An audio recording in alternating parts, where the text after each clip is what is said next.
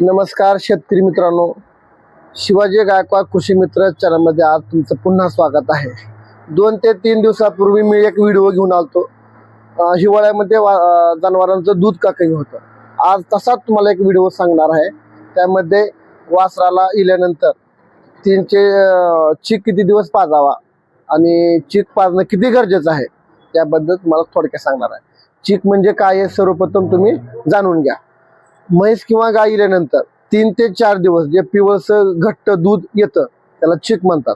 तर चीक पाजावा किती, कसं असतं, चीक पाजणं किती बी महत्वाचं आहे आणि केव्हा पाजणं पण महत्वाचं आहे। इल्यानंतर 1 तासाच्या त्या वासराला चीक पाजणं गरजेचं आहे। कसं असतं, चिकामध्ये मिनरल्स, प्रथिने, नंतर अशा प्रकारचे पदार्थ असतात की जे वासराला ताकद देतात। त्यामुळे वासराला जन्मल्यानंतर 1 तासाच्या आत तो चीक पाजणं गरजेचं आहे।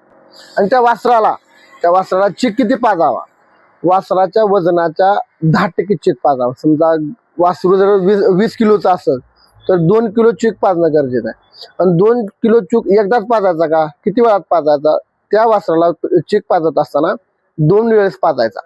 जर तुम्ही सकाळ संध्याकाळ पाजणार असता तर सकाळी 1 ते 1.5 लिटर आणि संध्याकाळी 1 ते 1.5 लिटर अशा पद्धतीने चीक पाजणं गरजेचं आहे। त्यामुळे हे पण शेतकऱ्यांनी जाणून घेणं गरजेचं आहे। आणि चीक किती दिवस पाजावा हे पण माहीत असणं गरजेचं आहे। कसं आहे, गाईला किंवा म्हशीला 3 ते 4 दिवस चीक येतो, त्यामुळे तुम्ही 3 ते 4 दिवस पाजणं गरजेचं आहे। आणि चीक संपल्यानंतर कंटिन्यू त्या वासराला तुम्ही दूध पाजणं गरजेचं आहे।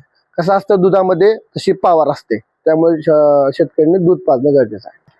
कसं आहे, जर वासराला चीक जर जास्त झाला तर काय होतंय, कसं अति पण चीक पाजू नका, कारण का जुलाब अतिसार होण्याची शक्यता असते। कमी पण पाजू नका। कसं असतं, जर कमी पडलं तर आपल्या वासरांना पचन होत नाही व्यवस्थित, अपुरं दूध पडल्यामुळं त्या वासरांची भूक कमी होते आणि पचन क्रिया पण त्याची जास्त स्ट्रॉंग होत नाही।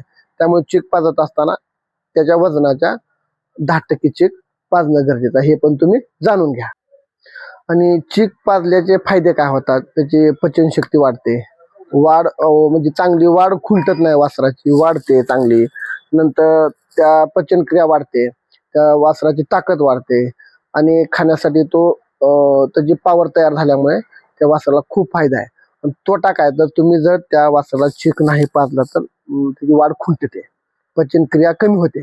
त्यामुळे तुम्ही त्या वासराला, त्या लेकराला चीक पाजणं गरजेचं।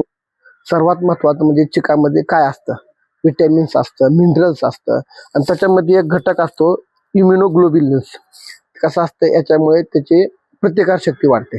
त्यामुळे वासराला तुम्ही चीक पाजत असताना, म्हशीचं असेल किंवा गाईचं असेल, 3 ते 4 दिवस चीक पाजा। आणि चीक पाजत असताना त्या वासराच्या वजनाच्या 10% पाजा। 20 किलो 25 किलो वासराचं वजन असतं, त्यामुळे तुम्ही पाजत असताना सकाळी 1 ते 1.5 लिटर आणि संध्याकाळी 1 ते 1.5 लिटर तुम्ही चीक पाजणं गरजेचं आहे। अशा तऱ्हेने मी तुम्हाला असे भरपूर व्हिडिओ घेऊन येतो। आणि आपल्याला जर व्हिडिओ आवडला असेल तर आपल्या व्हिडिओला लाईक करा, शेअर करा, असे तुमच्यासाठी मी व्हिडिओ घेऊन येतो। धन्यवाद। गाई आणि म्हशीचे दूध वाढण्यासाठी आपल्याकडे 1-2 प्रोडक्ट आहेत। त्यामध्ये केरन कंपनीचं कॅल्युटॉन नावाचं एक औषध आहे, ऑर्गॅनिक औषध आहे। यामध्ये चांगले घटक आहेत, त्यामुळे शेतकऱ्यांनी हे जर औषध वापरलं खरंच दुधाचं प्रमाण वाढतं। आणि हे वापरत असताना एका टायमाला तुम्ही 2 टाइम जर भरडा जनावराला देत असताल तर एका टायमाला 50 मिली, 2 टाइम वापरत असाल तर 50-50 मिली 2 टायमाला तुम्ही वापरलं तर तुम्हाला 10 दिवसामध्ये 100%चा रिझल्ट जाणवेल।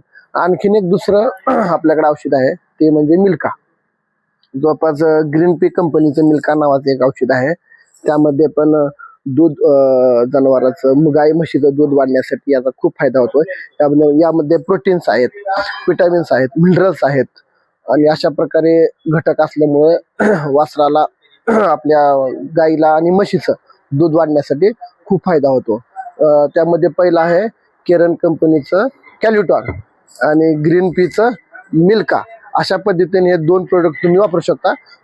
जर हवा असेल तर आपल्याशी संपर्क साधा। आपल्या दुकानाचं नाव आहे तुळजाई कृषी सेवा केंद्र, पाडू आकुबाई, तालुका जिल्हा धाराशिव। संपर्क जर पाहिजे असेल तर 94 032 17 009 अशा पद्धतीने तुम्ही आपल्याशी संपर्क साधा. तुम्हाला जनावरांविषयी माहिती पण दिली जाईल आणि जनावरांचं दूध वाढण्यासाठी त्यामध्ये तुम्हाला ऑर्गॅनिक पण काय तर तुम्हाला मी पदार्थ सांगेन.